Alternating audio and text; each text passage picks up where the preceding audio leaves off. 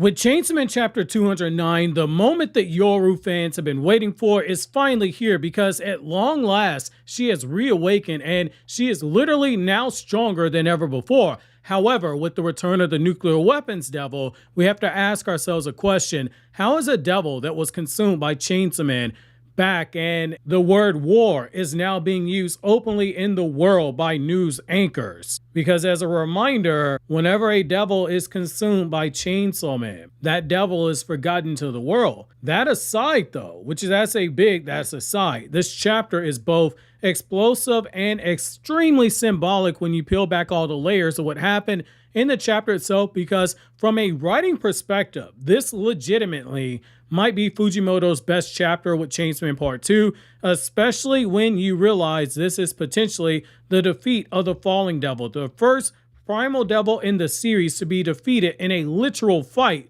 where it's just hands being thrown, and it's not a victory via outsmarting the devil like we saw with the aging devil in the prior arc. So we open up chapter 209 with basically the symbolism of the reawakening of war and the foreshadowing of death, and this is done by Mitaka and Denji and Yoru, since Yoru's sharing a body with Mitaka, seemingly looking like they're dying. So in this moment, we get a very important shift in the narrative of part 2 of the story, because it's both in terms of character development and thematic escalation. Yoru, the war devil, who has spent most of the story in a weakened, humiliated state, finally demonstrates a level of power and resolve that radically changes how both we as readers as well as characters in universe should perceive her. At the same time, us seeing how easily the Falling Devil seemingly took them out, only for Yoru to reverse the tables, get the sneak attack, and then gradually power up as the fight's going on, all to build us towards the final pages. It's basically to show us that Yoru's rising of power is not occurring in isolation. The whole time you're reading this, you're wondering, where is this power coming from? And this is Fujimoto building towards that moment. That's the whole reason why the Falling Devil previously said, I heard that the War Devil was a badass in the past. What happened to her? This is a symbolic rebirth, both for Yoru as well as just nuclear warfare in general. And it's not just as a weapon, but also as an existential concept. It paves the way also for Yoru's sister, the Death Devil, to emerge even stronger. We know that the Death Devil's out there, and we know that she's been plotting. She's been pretending to be Fami, but with the rise of war and a weapon of mass destruction now back on the table,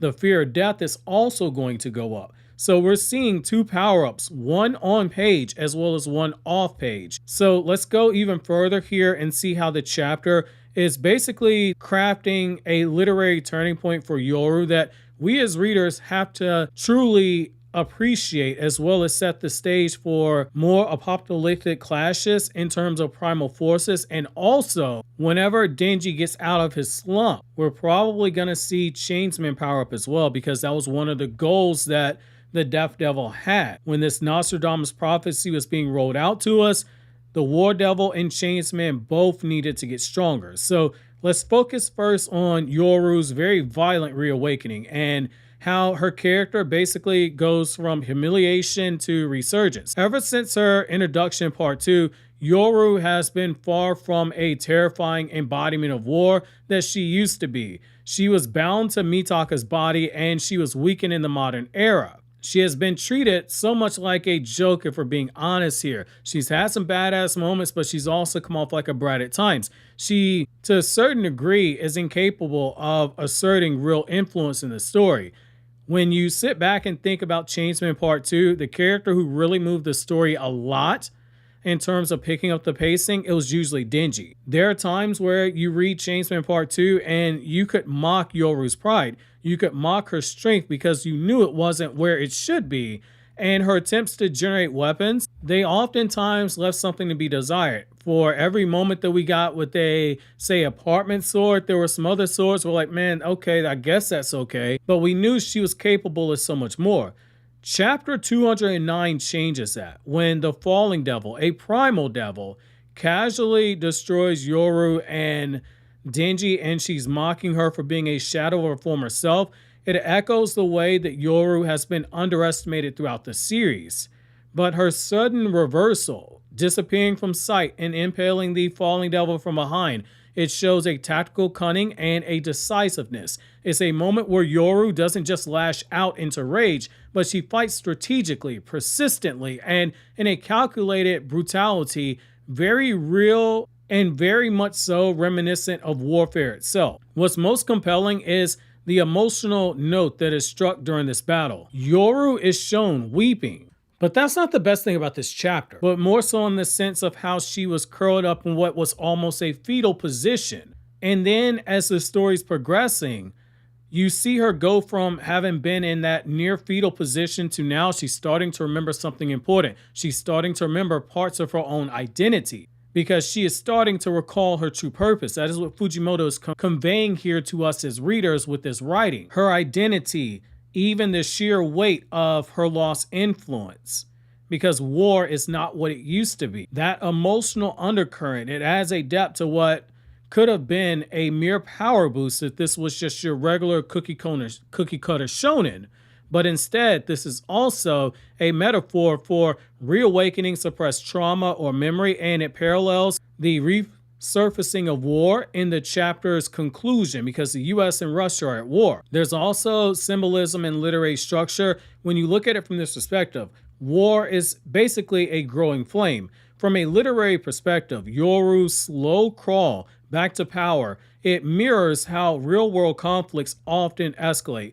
Most wars, they don't begin with nuclear weapons or full-scale invasions. They begin with small disputes, ignore provocations, and political tension simmering underneath the surface. It can be something as small as sanctions. It can be something as small as, say, tariffs. But eventually, those small things, they start adding up, and that leads to a full-blown war. This is exactly how Part 2 has built Yoru's character arc, if you look at it very closely. And I strongly encourage you, go back and reread Part 2, because that's what I did. That's why this chapter is delayed by a day, because I want to make sure I wasn't crazy. Yoru started with small victories, such as, say, the aquarium where she took down the Eternity Devil, or gaining brief traction during the Justice Devil arc, but she never really had the world's attention. So much of the attention was either on Asa Mitaka or it was on Denji as Chainsaw Man. Chapter 209, it marks the moment where the metaphorical powder keg finally ignites, with war breaking out between the US and the Soviet Union. This is building on what we saw when Yoshida tried to take down Yoru. And we had the line about how Yoru could feel herself growing stronger because conflicts were starting to rage out.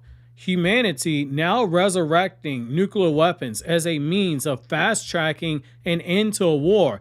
Yoru has not just reawakened, she's also become more relevant from a power scaling perspective. Thematically, the return of atomic warfare symbolizes the return of true war on a global scale. In a world that is ruled by fear and death and devils, nuclear war is a symbolic bridge between the abstract ideas of violence and their physical consequences. This makes Yoru's resurgence feel earned, literary, and also ominously at the same time. And where there's war, there's also death, because these two are inseparable sisters. That's the final twist of this chapter, revealing that the nuclear weapons have returned. It acts as a harbinger for Yoru's sister, the Death Devil, from a symbolic as well as a mythological standpoint, and even in religions. War and death, they are inherently intertwined. One cannot exist meaningfully without the other. Where war is the chaos, strategy, and emotional devastation of conflict, death is an absolute certainty. It is the grim finality that always follows. This chapter is meant to remind us as readers to expect that as Yoru grows stronger, her sister is also growing stronger. Even though the story doesn't tell us directly, you read between the lines and you see it. More importantly, the narrative rhythm of Part 2, it has been building very slowly like a crescendo towards this primal convergence that we're getting. We've seen the Falling Devil, we've seen the real Famine Devil, and we've seen the War Devil in action. We've seen the Control Devil briefly, in part 2 because obviously Naruto is killed. Death is the last of the 4 horsewomen sisters that we have to fully see cut loose. Yoru's newfound rage and purpose, born from seeing humanity return to nuclear violence, it is both a blessing and a curse. It reestablishes her strength, but also ensures that the Death Devil will inevitably grow stronger as well. And as the Death Devil is rising, that's why getting the Falling Devil off the table is also so huge. After all, if humanity now possesses weapons designed to kill devils and is willing to use them en masse regardless of the large-scale devastation it would cause, what devil could possibly benefit more than the Death Devil itself? Now you might be asking, hey man, so why is this brilliant writing? So Tatsuki Fujimoto's approach here, it is elegant in its structure. He uses both action and real world building in order to accomplish a thematic escalation. From an action perspective, the battle between Yoru and the Falling Devil is short, it's emotional, and it's filled with a lot of visual symbolism. We got swords, we got impalement, we got disembowelment via brutal medieval methods because it's just straight savagery. This is Yoru's domain here. Emotionally, you have Yoru's tears, remembering everything, that is basically bringing introspection, showing us that this is just not a battle shonen or a power fantasy. Her development's not sudden. It is the culmination of so much that happened in part 2 of the story. And from a world building perspective, the breaking news sequence at the end of the chapter, it is genius. Instead of telling us that Yoru's growing stronger, instead of having the narrator do it like a lesser mangaka would do, the world itself is responding. Nations are going to war. Nuclear weapons are returning. The cycle of fear, destruction, death, it's accelerating, reflecting Yoru's thematic resurgence on a global scale.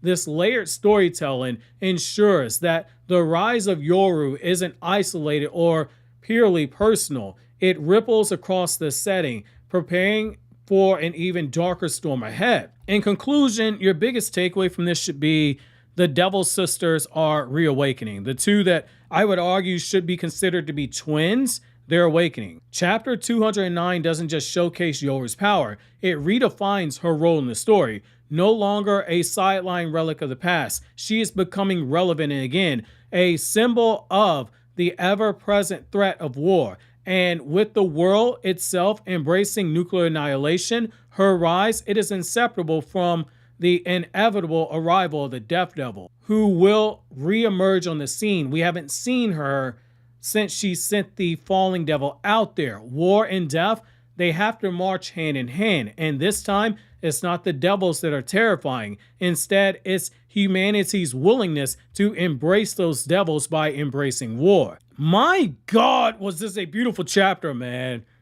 Holy, when I sat down and wrote the script for this, when I tell you my mind was breaking, oh my God, Yoru just jumped up my list of favorite Chainsaw Man characters after this chapter, man.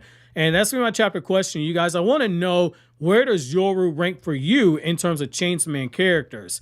In the meantime, click here to check out my Dandadan video explaining the evil eye, or click here to check out the other Chainsaw Man videos here on the channel.